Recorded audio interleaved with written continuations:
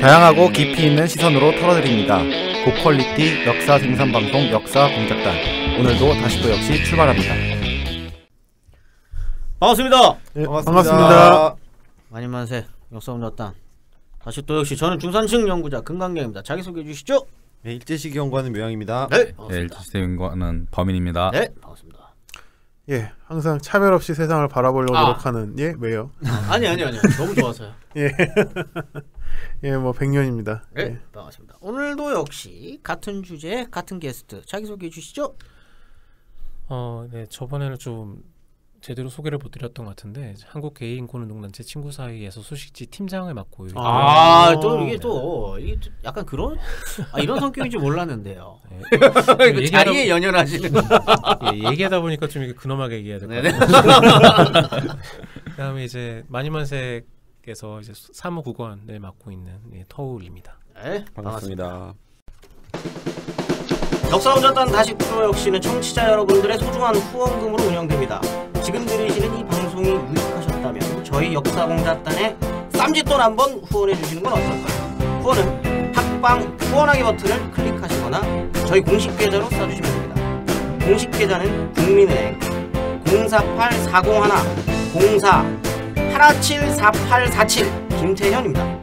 1,000원도 감사히 받겠습니다. 많은 청취자 여러분들의 소중한 후원을 기다리겠습니다.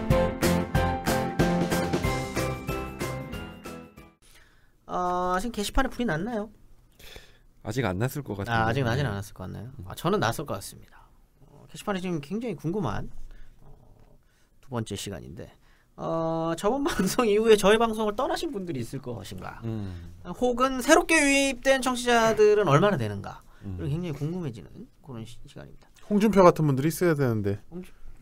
저희 사람도 자꾸 홍준표 얘기를 하는데 홍준표가 뭐 관련된 이야기를 한 적이 있나요? 아이고 막 동성애 막 비판하고 난리였어요. 아, 그랬나요? 지난번 네. 이제 작년 대선 토론 때 대선 때 동성애 반대하시지요. 최근에도 뭐 이번 얘기했어요. 선거에서 나는 뭐가 최근에도 있었는데. 뭐라고 한마디 했었어요. 그 그래요? 동성애 관련해서. 그래서 아무튼 그런 분들도 있어야 댓글이 활성화되니까. 대환영. 자유한국당 뭐 그러신 분들 많으시죠. 비판 대환영. 이름 바꾸신다 그러던데 자유한국당. 충격적인 건 자유한국당의 당원에 최근까지 성적 지향, 성별 정체성, 차별금지 조항이 있었어요. 그렇습니까? 이게 몇 달 전에 없어졌습니다. 없어졌나요? 네. 퇴행하고 계시군요. 현실화된 거죠. 그럼요. 표리일치. 네. 그분들 그쪽에는 대단하신 분들이 굉장히 많아요. 김무성 씨 예전에 그 흑인들한테 연상 색깔이랑 얼굴 똑같다 그러지를 않나. 그걸 덕담으로 얘기하셨다고. 그걸 덕담으로 이야기하셨죠. 뭐 그쪽이 인권 가능성입니다. 거기가 뭐 그렇기 때문에 뭐 홍준표 씨의 뭐 그런 발언들은 뭐 놀랍지도 않아요. 어쨌든 저는 이번 방송을 통해서 많은 분들이 그래 이래서 만인만세이구나, 이래서 다른 역사 쪽이랑은 좀 다르구나라고 하는 생각들을 좀 하는 계기가 되었으면 좋겠다라는 생각을 합니다. 그럼에도 불구하고 지난 시간에 이어서 저는 오늘 특집의 이름을 도 아니면 못 특집으로 한국사 속의 성소수자들을 만나보는 시간, 이것은 도 아니면 뭐다 그렇게 생각을 해요. 지난 시간에는 머리가 조금 복잡해지는 좀 그런 새롭게 알게 된 개념들도 아주 많았었던 그런 방송이었는데, 오늘은 이제 저는 이제 개인적으로 기초적인 공부가 좀 됐다라고 생각해야 되겠습니까? 묘양 선생님 지금 많이 배웠습니다. 지금 눈은 이렇게 저번부터 계속 좀 흔들리고 있는데. 아니요, 제가 눈을 계속 맞추고 네. 말을 듣고 있습니다. 범인 선생님 어떻게 좀 기본적인 공부가 됐습니까? 전 사실 근데 네. 아직 성소수자에서 왜 이게 소수자인지도 지금 잘 모르고 있거든요. 소수니까 소수자 아니에요? 그러니까 단순히 숫자적 소수가 아닌 거 아니에요? 그래요? 주류 비주류 이런 거 아닌가? 살짝 몰라서. 설명해 주시죠. 실제로 낙인이 있기 때문이죠. 그러니까 남성과 남성이 섹스를 한다 그러면 거기에 온갖 낙인이 따라붙으니까요. 이를테면 키워문화 축제에서 살짝 뒤가 뚫린 팬티를 입고 똥꼬 팬티로 일면 똥꼬 팬티 입고 나왔다는 이유로 난리가 났는데, 네. 생각해보면 그거만큼이나 성성적인 옷을 입고 돌아다니는 축제는 사실 뭐 신촌 물쪽 축제부터 시작해서 꽤 많은데. 워터파크 그래요? 가보십시오. 네. 여러분. 그래요? 여러분 워터파크 가보세요. 그런데 이제 그 몸이 그렇게 공중을 통해 드러난 몸이 뭔가 비규범적인 섹스를 하는 사람의 몸이라고 한다면 굉장히 색다른 의미가 더 씌워지는 것이죠. 예. 그래서 이제 성소수자다라고 얘기할 수 있고, 그리고 이제 뭐 많은 사람들이 커밍아웃을 못하고 은둔이라는 형태로 이렇게 숨어서 쉬쉬거리며 살고 있는데, 사실은 그들이 만약에 그런 낙인이 없다고 한다면 뭐 당당하게 얘기를 하고 살겠죠. 근데 이제 사회적인 낙인이나 이런 것들이 굉장히 심하니까 그런 것들 얘기할 수 없는 환경들, 뭐 그런 어떤 총체적인 것들이 다 작용해서 소수자라고 말할 수 있는 것 같아요. 아직도 외국에서 커밍아웃 하신 가수들이 한국에서 콘서트 한다 그러면 아주 그냥 기독교에서 리키 마틴 형님. 기독교 청년 단체 분들 아주 난리 나십니다. 아직까지 그런 게 한국이죠 뭐. 악마라 그러나 악마. 머큐리 형님도 생각나고. 아니, 제가 실제로 그렇죠. 교회에서 교회 화장실 어쩌다 보면 자주 가는데 그 앞에 이렇게 똥 싸러 자주 가시나요? 분뇨를 버리러 거기 앞에 이게 A4G로 싹 써 있었어요. 동성애를 왜 하면 안 되는지 1번부터 몇 번까지. 화장실에 붙여서 화장실에 붙어 있더라고요. 왜 이게 쓰레기를 버리지 마. 왜 똥 싸면서 읽으라고 붙여놨죠? 앞에 앉아서 딱 시선 잘 보이니까. 시선이 똥 쌀 때는 똥 싸는 것에 집중하는 걸로. 하도록 하겠습니다. 지난번에 훈훈하게 분뇨로 계속 네네. 아무튼 오늘은 기초적인 공부가 저번 시간에 이제 좀 됐다라고 보고 본격적으로 한국 현대사 속의 성소수자들을 만나보는 시간을 좀 갖도록 하겠습니다. 뭐부터 좀 살펴보면 될까요? 지난 시간에는 사실 뭐 비규범적 성애 성별 실천, 지금의 의미에서 성소수자 중에서 주로 동성애자들을 많이 봤던 것 같아요. 근데 이제 제가 말씀드렸다시피 성소수자 안에는 성적 지향과 성별 정체성의 두 가지 개념이 있는 거고, 이제 성적 지향의 부분에서 동성애를 얘기했다면 성별 정체성에 대해서도 좀 얘기를 해야 될 것 같아요. 다시 한번 간략하게 설명해 주세요. 또 저번 시간에 흘려들으셨던 분들이 있으니까. 성적 지향은 동성애자 같은 걸 얘기하는 거죠. 이를테면 내가 남성인데 남성이 좋아, 남성이 좋아. 그러니까 나는 동성애자적 성적 지향을 갖고 있는 사람인 거죠. 어떠한 성별을 좋아할 것인가를 이제 보는 게 이제 성적 지향. 네. 그러니까 남자를 봐야 끌리는 거예요. 섹스를 하고 싶고 이런 것들. 그래서 이제 성애라는 말이 들어가는 섹슈얼리티가 들어가는 거고. 그다음에 성별 정체성은 내가 누구냐. 나는 남성의 몸을 지정받고 태어났는데 나는 남성이라고 생각을 도저히 할 수가 없는, 내 몸이 너무 불편한, 그래서 난 여성이고 싶고 여성으로 내 몸을 바꾸고 싶고, 그러니까 그런 것들이 이제 나에 대한 성별에 대한 어떤 감각이 뭐냐, 이거가 연결되는 게 성별 정체성인 거죠. 그래서 이제 트랜스젠더 같은 것이 성별 정체성에 들어간다고 할 수 있겠습니다. 그래서 오늘은 그 성별 정체성에 대한 이야기들을 이제 할 건데, 누굴 먼저 하실 겁니까 그러면? 먼저 남장 여자를 할 텐데요. 근데 제가 마치 제가 동성애와 트랜스젠더는 달라요, 성적 지향과 성별 정체성은 달라요라고 말씀드렸는데, 근데 이거는 아까 지난 시간에 처음 말씀드렸다시피 현대에 와서 정식화된 거거든요. 1990년대 한국에서는 미국에서는 예전부터 됐지만, 그래서 이 시기는 지금 60년대 70년대이기 때문에 이때 당시에 의학 논문이나 이런 걸 보면 동성애라고 하는데 자세히 보면 하리수 씨랑 비슷한 경우가 많은 거죠. 그래서 실제로 섞여 있어요. 이때는 구분이 그때는 없었으니까. 없었다기보다는 뭔가 그런 말이 없고 트랜스젠더란 말로 스스로를, 그러니까 그게 의학적으로 있었다가 하더라도 스스로를 지칭하는 말로 쓰지가 않았고, 사회적으로 그 말이 퍼져 있지 않은 상황이니까 그래서 그냥 성독착자, 흔히 말하는 그 성도착자가 과학적으로 맞아, 옛날에는 그렇게 얘기했을 거예요. 성독착증이라고 많이 불렀죠. 아니면 뭐 변태라고 하든지 뭐 변태, 중성, 양성 이런 말 속에서 말 속에서 사실 동성애와 트랜스젠더가 딱히 구별되지가 않는 거죠. 그래서 여기에 보시면 이제 남장 여자라고 하지만 이게 레즈비언일 수도 있고 뭐 이런 상황인 건데, 어쨌든 그래서 제가 이제 트랜스젠더를 말을 쓰지 않고 남장 여자, 여성 남자를 말 쓴 거거든요. 그래서 지금의 디테일한 기준점이 없었기 때문에 그때 당시에 어떠한 사람들이었는지 알 수 없는 겁니다. 지금 그죠? 그렇죠. 한계가 있는.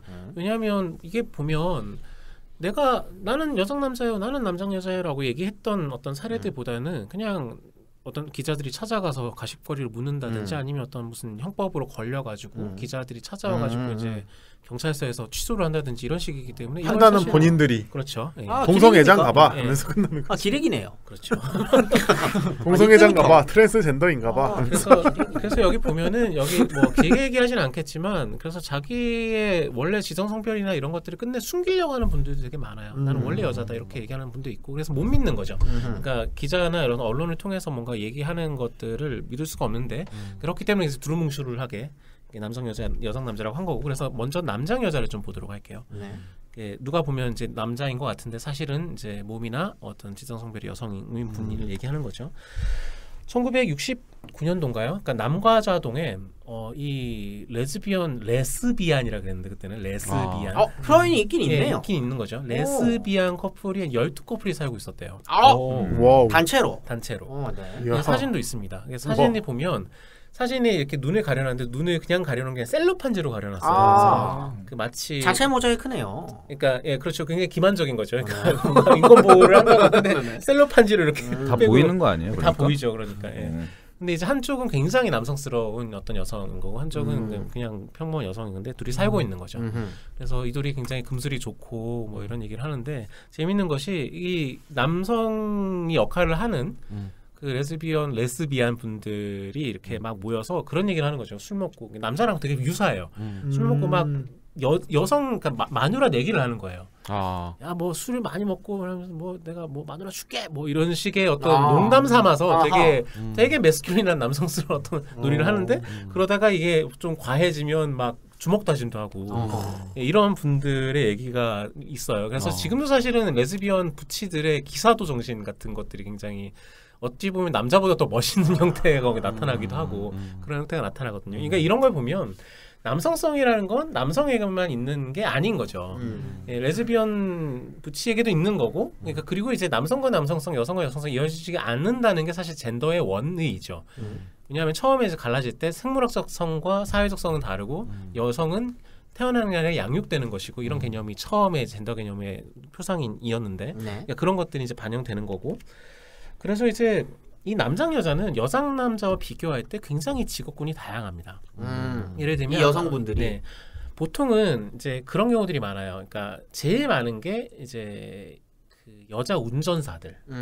그걸 이제 그걸 여운회라고 그러는데 굉장히 조직이 컸대요. 그러니까 뭐 거의 모이면 막 몇백 명이 모여가지고 무슨 총회를 할 정도로 굉장히 컸던 모임이라고 해요. 여운회 연구는 지금 누군가가 진행하고 계시는 걸로 알고 있는데 미국의 미국 연구자가 한국 택시 여성 택시 운전사 분들의 어떤 이걸로 지금 연구를 하고 계세요. 그분도 커밍아웃한 케이스더라고요. 토드 헨리라는 사학과 전교수예요. 테니어도 받으셨어요. 어쨌든 인디애나인가 그쪽 계시는 분 맞죠?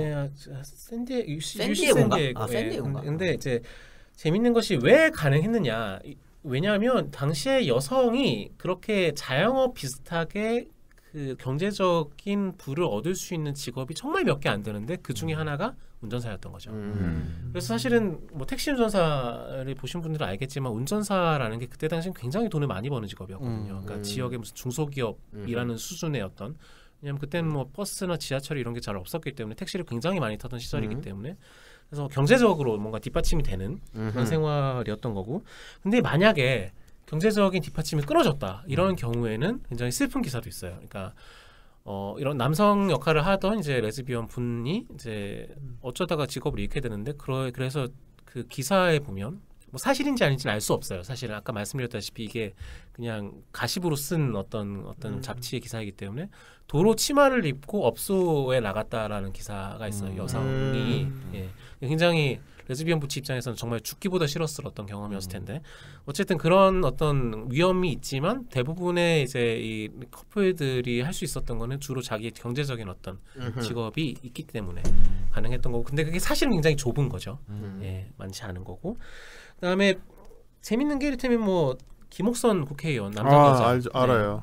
어떻게 하시죠? 아니 저 친분이 개인적인 친분이지. 아니 그건 아니고요. 92년도 대선에 나와서 아줌마인데 양복을 입고 있는 거예요. 그래서 내가 이 아저씨는 이름이 여자 같아 그랬더니 우리 엄마가 여자가 아니 아저씨가 아니라 여자라고. 원래 저렇게 입고 다니시는 분이라고 하는데 맞아 하나 여쭤봐야 돼. 그분 남편 계세요? 잘 모르겠습니다. 아니 근데 우리 엄마는 남편이 있다고 얘기를 했어요. 그러니까 저 사람 그러니까 우리 엄마도 지금은 많이 변했어요. 사람이 많이 진보적으로 됐는데 그때는 그러니까 동성애를 이상하게 본 거야. 남편이 있는 사람인데 저 사람은 이렇게 뭔가 이렇게 투쟁을 하고 그러기 위해서 이렇게 남자 옷을 입고 이렇게. 그분이 부치. 그러니까 그거는 알 수 없어요. 알 수는 없다. 여성을 만나는 걸 알 수 없고 어쨌든 본인이 그냥 남장을 하고 다니신 분이에요. 그리고 60년대부터 정치 활동을 하셨고 유신 반대 투쟁을 열심히 하셨던 민주화 분이에요. 투사예요. 그랬는데 최근에는 지금 사기죄로 어디 들어가고 아, 그래요? 사기죄로 들어가셨다고요? 위키에 보면 나와요. 근데 뭐 오. 자세히는 잘 모르겠는데 그런데 이제 이런 분이 한 명만 있었던 게 아니라 이를테면 뭐 60년대 미니언 선고에도 남장 여자가 나온 적도 있고 그분은 낙선하시지만 굉장히 흥미롭죠. 어떻게 그런 게 용인되었나 그런 걸 보다가 정말 획기적인 기사를 보게 돼요. 1975년도에 동성결혼 기사가 떠요. 충남 보은인가 아무튼 거기에서 하는데 결혼식을 공개적으로 예 공개적으로 하객이 100명이 왔대요. 근데 그러니까 여성이 결혼을 한 건데 이 여성은 어릴 때부터 집안에서 남성스럽게 키워졌고 그래서 이제 뭐 그렇고 일단 집이 돈이 많고 자기가 막 만석군이고 자기가 열심히 농사도 짓고 그러니까 이 사람은 사실상 지역 사회에서 남성의 기능을 해왔던 거예요. 예. 그러니까 아무 그게 없이 그냥 정말 워딩이 동성 결혼이야. 2013년에 김조광수 김승환이 최초가 아닌 거죠. 네, 75년도에 이미 그 기사가 있는 거죠. 그래서 그걸 보고 이건 뭔가라고 생각했을 때 제가 잠정적으로 내린 결론은 이게 남성성의 수행이라는 것이 결국은 남성의 생식기와 연관이 없을 수도 있다라는 사회적으로 그런 네. 역할을 하게 되면 네네. 이제 남성으로서 인정을 해준다는 예, 거죠. 그렇죠. 그러니까 그게 김옥선 의원과도 마찬가지고 그게 첫 번째고 두 번째는 의외로 어떤 지도층이 아니라 이런 정말 그냥 민중들이라고 할 만한 그 사람들의 젠더에 대한 감각이 그렇게 이원 젠더 중심적이지 않을 수도 있겠구나라는 생각이 드는 거죠. 그러니까 남자는 남자 역할을 해야 되고 여자는 역할을 해야 되고 이런 게 사실은 깊이 있다고 우리가 흔히 알고 있지만 의외의 국면들도 있는 거죠. 이런 것처럼. 그러니까 이렇게 뭔가 이게 젠더에 대한 감각이나 젠더에 대한 규정들이 흔들흔들하는 어떤 그런 국면들도 과거에 존재했다는 거예요. 마을 공동체가 살아있을수록 이런 게 더 살아날 수도 있을 것 같아요. 예를 들면 그 동네에서 다 이제 서로 얼굴 알고 사는 사이였는데 그런 남성이라는 성적 정체성에 대한 거로 감각을 잃어버릴 만큼 이렇게 서로 간에 다 아는 사이고 그리고 옆에 있는 친구인데 제가 어렸을 때부터 남자처럼 흔히 말하는 게 남자처럼 막 이랬었다면 이게 하나도 어색하지 않게 느껴질 수도 있을 것 같다는 생각을 좀 해요. 다른 것 같아요. 그럼에도 불구하고 그 사람은 어쨌든 그 마을에서 꽤나 지위가 있어야 되잖아요. 그렇죠. 네. 마을에서 지위가 없으면 이것도 이루어지기 힘든 거다. 쫓겨날 것 같은데. 제가 사실은 좀 든 생각은 제가 요를 좀 보면서 느끼는 게 예전에 홍석천 씨가 남셋 여셋이라는 시트콤에서 제대로 나온 건 처음이었어요. 남자 셋, 여자 셋. 예, 옛날 시트콤인데 모르시는 분들이 있으니까 거기서 그때 홍석천 씨가 뿌아송이라고. 그렇죠. 근데 막 되게 이상해요. 막 소지섭을 좋아하는 거 소지섭이 아무튼 그 자기 의상 그 알바생 같은 건데 막 찰스 하면서 막 때리고 난리거든요. 근데 그거를 저희들이 다 웃으면서 봤었는데 중요한 게 뭐냐 그러면은 그때 이제 제가 고2, 고3 때인데 이게 보면서 이제 그때는 홍석천 씨가 커밍아웃 하기 전이니까요. 하는 얘기는 뭐냐고 하면은 결론은 야 근데 홍석천이 해병대를 나왔다. 해병대 안 나왔어요 사실은. 그런 루머가 있는 해병대 나오고 홍석천 그 근육 장난 아니야. 근육 있어요 홍석천 씨 옛날에. 그러니까 저 사람 원래는 그러니까 그런 사람이 아닌데 그냥 그렇게 연기를 잘 하는 거다라고 애들이 생각을 했었어요 사실은. 근데 저는 생각해보면 김옥선 씨 같은 경우도 어떻게 보면 좀 그런 인식도 있지 않았을까. 그러니까 그냥 저 사람은 뭔가 자기의 코스프레나 어떤 그러니까 약간 쇼맨십 그러니까 나쁜 사람은 아닌데 아무튼 뭔가를 보여주기 위해서 저러는 거지 뭐 실제로는 집에서는 뭐 남편도 있고 뭐 그런 사람이겠지라고 생각을 하는 걸 당연하게 생각하는 인식도 좀 강하지 않았을까. 그럼 이제 어떻게 보면 제대로 받아들인 거는 아닌 거네요. 그렇죠. 사실 최근에 그 몇 년 전인가요? 제가 그 자살한 친구 이름을 까먹었네. 그 고등학생인가 됐는데 뭐 자살한 친구가 있어요. 동성애 하다가. 그래서 그런데 그 아버님이 나는 제 부인한테 들어서 정확히 모르는데 우리 부인이 정확히 아는데. 근데 그때 부인이 그런데 그 죽은 애의 그 아버지가 뭐라 그러냐 그러면은 그러니까 우리 애는 쉽게 말해서 남자애를 그러니까 우정으로 좋아한 건데 지금 이렇게 뭐가 좀 잘못 돌아가고 있다라는 식으로 지금 부모님은 지금도 생각을 하고 있다라는 거예요. 부모님들이 자기 자식의 커밍아웃을 그렇죠. 인정하는 거는 더 어려운. 그렇죠. 그러니까 그거는 이제 사실 일반적인 건데 그러한 인식이 어떤 사회적으로도 좀 이렇게 퍼져 있었던 게 제가 저 고등학교 때는 그랬어요. 그러니까 동성애자라는 게 우리 주변에 존재한다는 거를 인지를 못했어요. 그러니까 외국은 미국에나 있는 거고 우리나라는 그냥 뭐 그런 거고.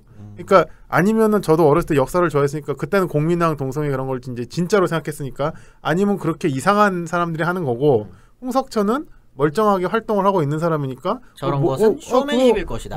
몸도 근육질이고 쫄티 입고 다니는데 보면 인상이 되게 좀 세게 생기셨어요.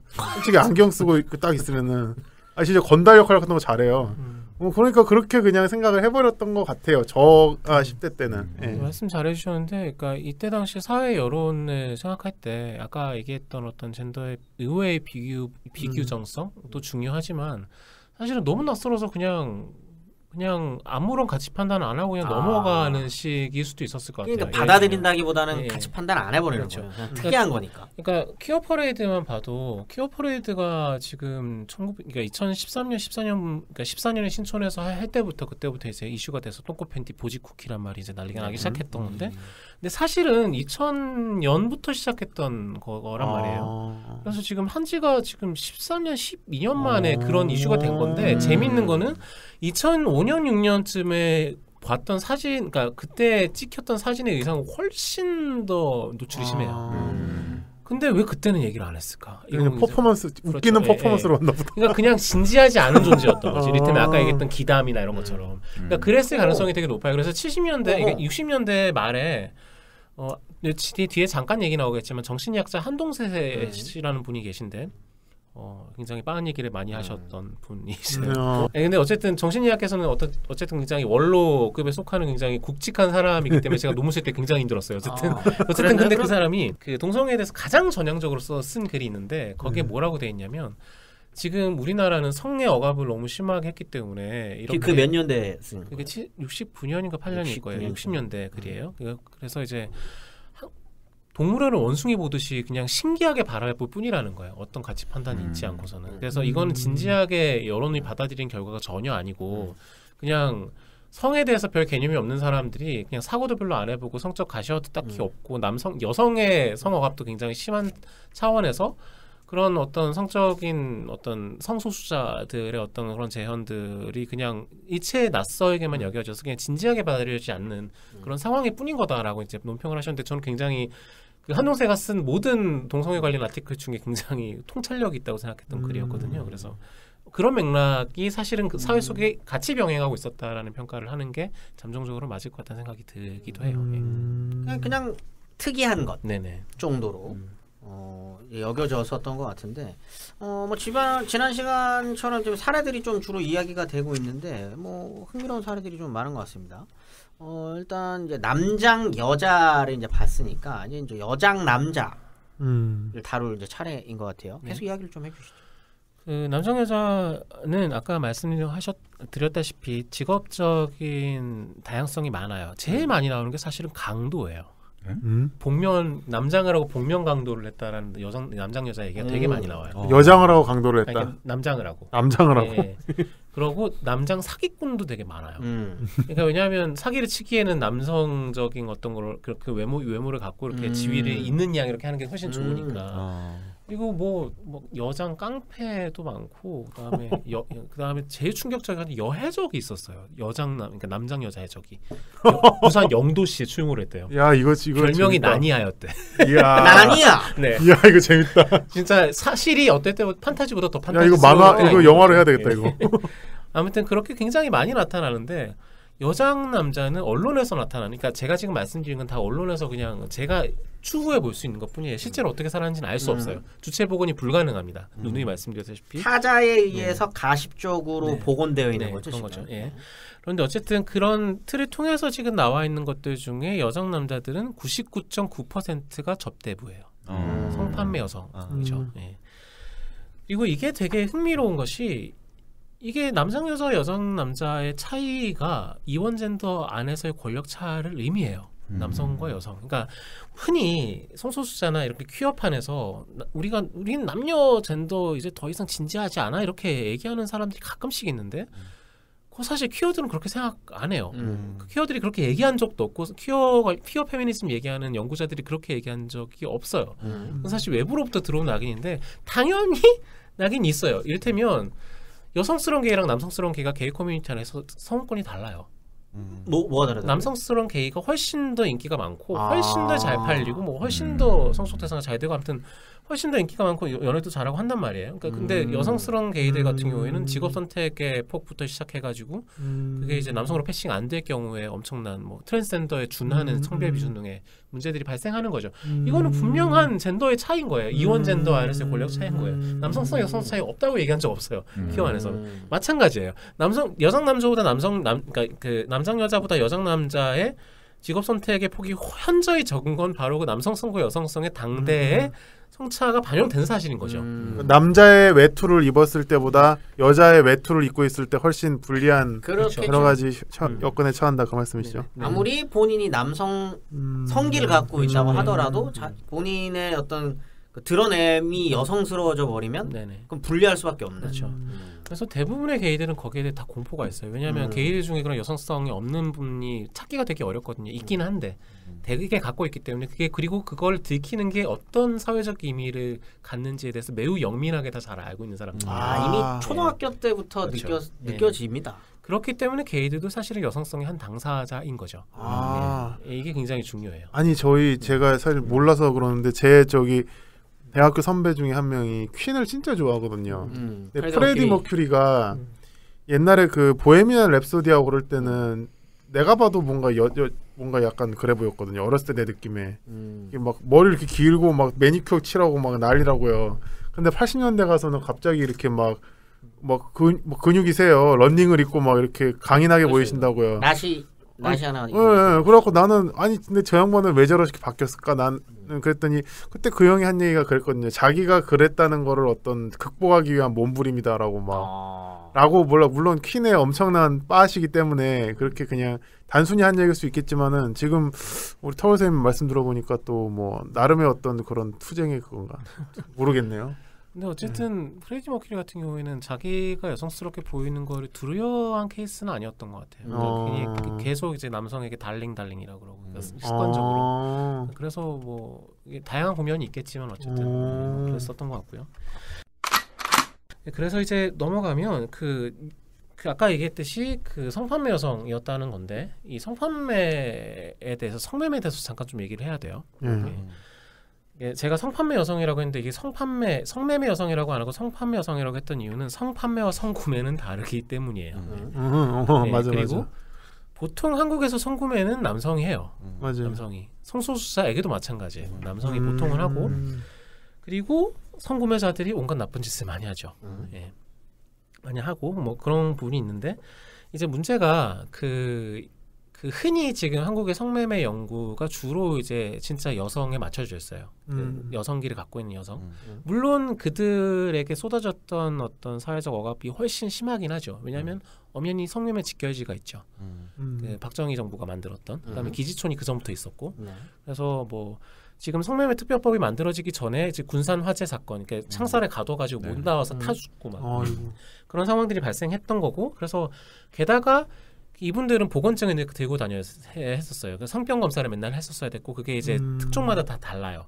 그러니까 어떤 뭐 외국인 담당인 어떤 외국인 뭐 특별 위안부 뭐 이런 그러니까 위안부란 말을 실제로 써요. 실제로 썼죠. 실제로 자료에 썼어요. 나오더라고요.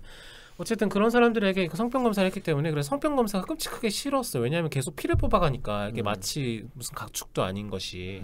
그래서 이렇게 그 주사기 갖고 들이대면 핏줄이 피하더라는 그런 어떤 구술이 있을 정도로 너무 싫으니까 자기가 그러니까 그렇게 얘기가 될 정도로 아무튼 성병 검진은 어쨌든 생물학적 여성에게 부과되었던 거기 때문에 너무나 여성 중심으로 이 성매매 연구가 되는 건 너무 마땅하고 너무 자연스러운 일이에요. 그런데 첫 번째 성매매에는 종류가 여러 가지가 있어요. 일단 직결지 성매매가 있죠. 직결지 성매매는 전업 성매매라고 할 수 있어요. 거기선 성매매만 하는 거예요. 근데 우리가 사실은 알다시피 수많은 노래방, 룸사롱, 뭐 키스방 이런 것들은 보통 겸업 성매매로 분류돼요. 겸업. 그러니까 원래는 성매매를 하라고 만든 업소가 아닌 거죠. 그렇죠. 근데 성매매가 이루어지고 알선되고 너무나 많이 일어나는 거죠. 그러니까 2011년에 여성가족부에서 전수조사를 했는데 전업 성매매보다 겸업 성매매 경제 규모가 뭐 대여섯 배가 넘어요. 훨씬 많아요. 그러니까 보도라고 흔히 불리는 보조 도우미의 줄임말인데 보도 방해. 근데 그게 당연할 수밖에 없는 게 성매매가 우리나라에서는 불법이니까요. 그러니까. 예. 그래서 이름을 다르게 걸고 하는 게 훨씬 더 음성적으로는 많을 수밖에 없겠죠. 그리고 이제 그 불법인데 사실은 안에서는 방조하는 굉장히 통치 기술을 쓰는 거예요. 그게 이제 한국의 성매매 정책의 특징인데. 그래서 이제 이게 성매매는 전업 성매매와 겸업 성매매가 있는데 전업 성매매는 거의 다 여성밖에 없어요. 근데 겸업 성매매에 누가 있느냐? 이게 중요한 거예요. 이게 유흥업소들인데 이게 이 안에 여성뿐만 아니라 여장 남자들이 같이 있는 거예요. 이게 그 요새 말하는 트랜스젠더 빵가 뭐 그런 그렇죠. 거랑 비슷한 것들. 그렇게 있었던 거고.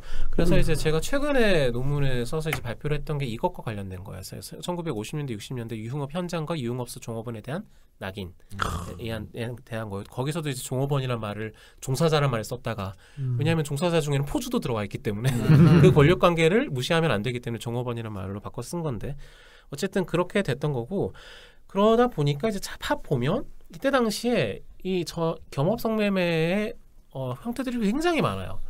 콜걸부터 시작해서 뭐 지금 생각하는 모든 형태의 성매매가 이때도 다 있었어요. 5, 60년대에 이미 완성이 되어 있군요. 예, 콜걸이 돼 있어요. 그러니까 이를테면 그 흔히 알고 있는 1968년에 종로상가가 밀리죠. 거기에 집창촌이 있었는데 그 김현옥 시장에 다 뜯어가잖아요. 나비 작전. 근데 그게 없어진 게, 그러니까 없어지게 된 그런 수칙도 굉장히 재밌어요. 어떻게 했냐면 구매자들을 경찰서로 잡아갔어요. 구매자 남성을. 여성을 처벌 안 하고. 그러니까 일주일 만에 사라졌어요. 이 모델이 뭐냐면 노르딕 모델이라 그러는 건데, 그러니까 구매자를 처벌해야 된다 그런 거거든요. 근데 지금 그 모델이 잘 적용되지 않는 이유가 형법상에는 가해자와 피해자의 어떤 위치를 같이 갖고 가야 된다는 어떤 그 법 원칙이 있기 때문에 이 안에서 남성과 여성의 근본적인 권력차가 법적으로 용인되지 않는 이상 그러니까 구매자만 처벌할 수는 없는 거예요. 피해자도 같이 처벌해야 되는 상황인 거죠. 이제 그 여성 단체들이 그래서 이제 노르딕 모델 하는 이유가 그거예요. 그 법안에서 남성과 여성 간의 남성 성구매자가 압도적인 상황에서 남성과 여성 차이가 성매매를 조장하고 있다라는 이 사실을 인정해 달라라는 의미를 그러니까 그런 의미로 이제 노르딕 모델만을 반성매매 측에서 굉장히 많이 얘기를 하는 건데 어쨌든 그 훌륭한 일을 김현옥 시장이 해내셨군요. 그랬는데 없어진 게 뭐냐? 없어진 건 전업성매매밖에 없다는 거죠. 그 자리에 다 여관발이라고 하는, 여관에서 들어가면 이제 여관에서 알선해서 그게 여관발이라 그래요. 그렇죠. 이게 비하 용어죠. 따옴표 붙여 써야 되는 건데 최근에 종로 5가에서 어떤 그 노인 남성이 왜 성매매 알선을 안 해주냐라고 해서 여관에 방어한 사건이 있었죠. 예. 그러니까 유서 깊은 관행이었던 거예요. 그러니까 종로상가는 그래서 그 이후에 성매매가 없어진 게 아니라 집창총만 없어진 거고 종삼이라고 부르죠. 예, 종삼이라고 불렀던 거고. 피카디리 극장에 있던 그 아름다운 곳이 그렇게. 그리고 재밌는 거는 그때 이후로 70년대부터 거기에 게이바와 게이 극장이 들어오기 시작해요. 파고다 극장인데 그게 파고다 극장이 1960년에 낙원극장이라는 이름으로 개관을 해요. 그리고 66년도에는 이제 거의 뭐 아세아 극장 이렇게 뭐 명보 극장 이렇게 3대 극장이 됐는데 이 파고다 극장이 게이들의 파트너링 장소로 이용이 되는 거예요. 그러니까 해피투게더라는 영화 보시면 극장에 이렇게 앉아있으면 누가 쓱 오죠. 그래서 허벅지를 쓱 만지면 거부하지 않으면 이 사람이 게이라는 어떤 거 키스하고 섹스하는 거예요. 그러니까 굉장히 유서 깊은 게이들의 하위 문화인데 그러니까 이게 뭐냐면 종로상가는 그래서 성판매 여성과 남성 동성애자와 트랜스젠더 여성이 공존했던 곳인 거예요. 현장이 겹쳐요. 왜냐하면 유흥업소의 근처에 있던 사람들이 맞다. 우리 아버지가 지금 연세가 76살이신데요. 그 종로 쪽에 무슨 목욕탕도 그런 데가 있다던데. 네네. 뭐 있대요. 어떤 사우나인지는 제가 말씀 못드리겠는데 너무 좀. 어쨌든 그러는데 어쨌든 이런 문화들이 존재했다는 거고 그리고 또 재밌는 것이 이때 당시에 클럽 문화가 지금은 클럽이 있는데 그때는 이제 댄스홀인데 우리가 흔히 이제 게이 커뮤니티라고 지금 현재의 게이 커뮤니티를 얘기할 때 게이 커뮤니티의 클럽이 굉장히 중요한 거점 중에 하나예요. 게이 문화에 거기서 막 춤추고 만나서 여관에 가서 섹스를 하든지 이렇게 하는 거죠. 근데 그거는 사실 뭐 문제가 될 게 없죠. 사람들이 합의하에 자율적으로 하는 섹스고 뭐 물론 그 안에서 이제 뭐 약물이 있거나 이러면 그러니까 물뽕이라고 그러죠. 그러니까 사람을 꼬꾸라뜨리는 그런 게 하면 이제 합의가 성사되지 않기 때문에 문제가 있는 거지만 어쨌든 합의를 하고 이렇게 자유롭게 성행위를 하는 거는 문제가 안 되는데 그리고 대개의 이제 이성의 클럽도 뭐 그런 걸로 알고 있어요. 그러니까 성추행이나 성폭행이나 이러는 게 일어날 수도 있겠지만, 근데 이게 언제 탄생했는지가 굉장히 중요한 건데 옛날의 클럽은 그렇지 않았거든요.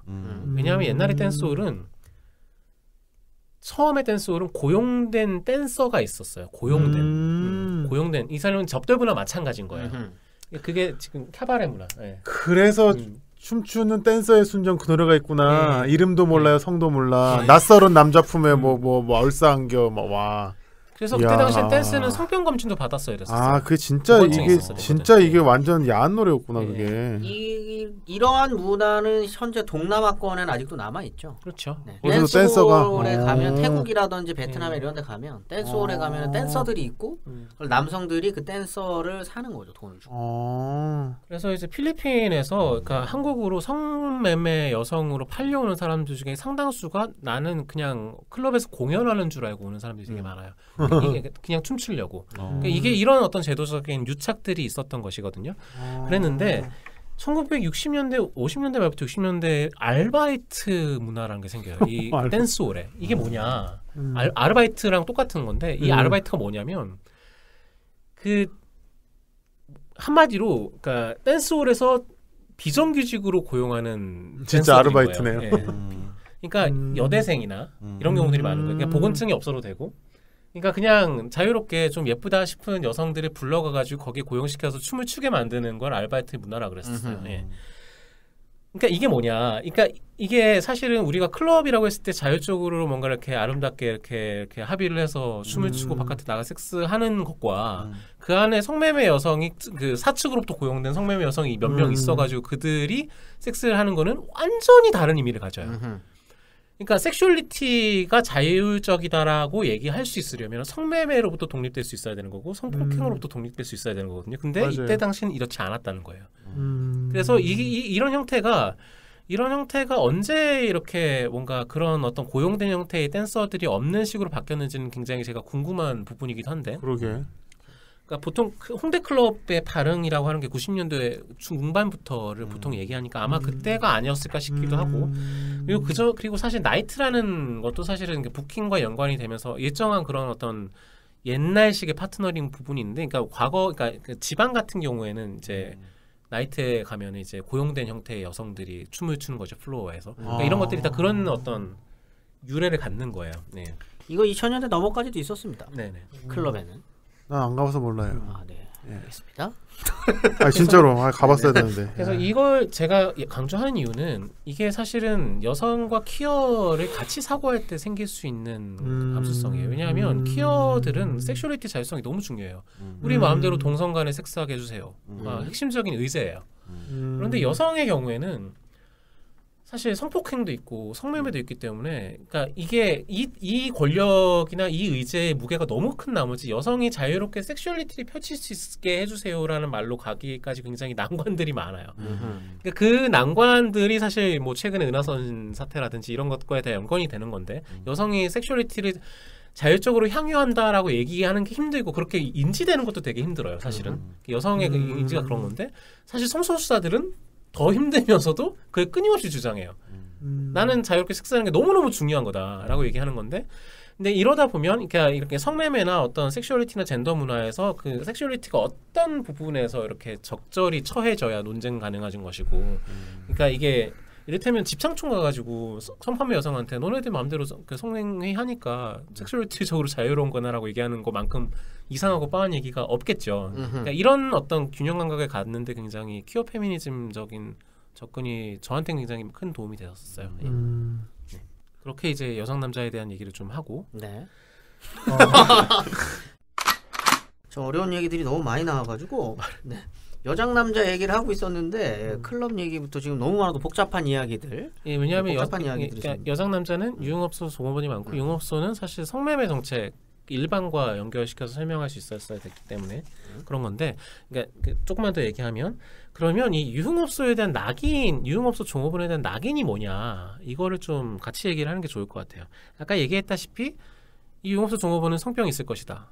그러니까 성병 검사를 끊임없이 하는 거죠.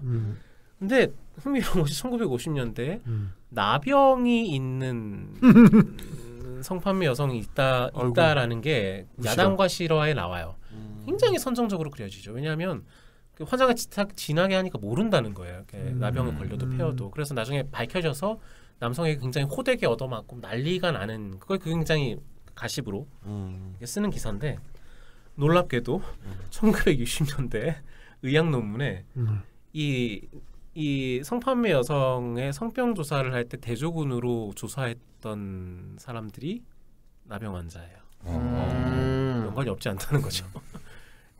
그러니까 그게 대조군으로 하나는 굉장히 뭐 여대생 이런 식으로 대조를 하고 하나는 뭔가 괴질인 사람을 갖다 써야겠으니까 그렇게 그 한센병 환자라는 게 이제 피시하는 말일 텐데 한센병 환자를 이렇게 들이대는 거죠.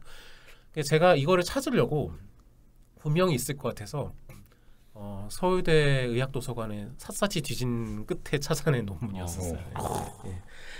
그리고 그러니까 이게 뭐냐면 어떤 이상한 낙인이 있고 근데 그 이상한 낙인이 스멀 과학이나 이렇게 의학 이름으로 들어온다는 거예요. 근데 성소수자들은 더더욱 그렇죠. 왜냐하면 성소수자들은 그때 당시에는 명실공히 정신병자였거든요. 그래서 이제 이 시기에 성소수자들을 연구하는 것에서 가장 중요한 게 사실은 사회적인 낙인인 거죠. 사실 어떻게 보면 그거 말고는 분석할 수 있는 방법도 없을 수도 있을 것 같기도 하고. 맞아요. 예. 그래서 역사학에서 성소수자를 제한한다라는 말은 어떻게 보면은 사회적 낙인을 분석한다 이런 의미일 수가 있겠는데 아까 이제 살짝 이야기가 나왔는데 거기 대표 주작, 이 낙인을 찍은 대표 주작 한동세 씨라는 이 사람 아니겠습니까? 예, 한동세를 얘기하기 전에 아까 제가 말씀드렸던 여성에게 부과됐던 성판매 여성에게 부과되었던 것이 나병 환자가 있다더라 집창촌에. 근데 실제로 대조군으로 비교를 하는 그러니까 뭐 그런 어떤 비교가 있는데 이런 구도가 성소수자에게도 일어나요. 똑같이 1950년대에 어떤 충북의 어떤 요리집에서 여장 남자 종업원이 있는데 그래서 굉장히 신기한 거예요. 그래서 근데 그 기록 중에 이제 그런 기록이 있어요. 그러니까 남성과 섹스를 어떻게 하냐 학문으로 한다는 거죠. 그러니까 동성애자처럼. 근데 그거를 설명하는 게 너무너무 참 그래요. 그 남성과 섹스를 하고 난 다음 날은 반드시 여기에 그러니까 입가에 부스럼이 난대요. 그 말에. 그리고 자기가 한번 이렇게 항문을 봤더니 뭔가 푸르스름한 빛이 호르몬 같은 액이 끼어 있었다는 묘사가 나오거든요. 이게 뭐냐면 실제로 성병에 걸려서 푸르스름 했느냐라는 게 중요한 게 아닌 거죠. 아까 얘기했듯이 가십과 이거는 주체 복원이 불가능하기 때문에 이걸 통해서 이 사람이 진짜로 그 사람이 항문이 파랬는지 부스럼이 났는지가 중요한 게 아닌 거고 이 사람은 뭔가 이렇게 종별적으로 여장 남자니까 뭔가 이상한 생물학적 특수성을 반드시 갖고 있을 것이다라는 어떤 편견이 그 안에 들어가 있었던 거죠. 거의 금오 신화처럼 박힌 것에 알 신화처럼. 그런 건 사실 지금도 있습니다. 지금 더 심하다면 심해졌지 뭐 덜하지는 않은 것 같아요.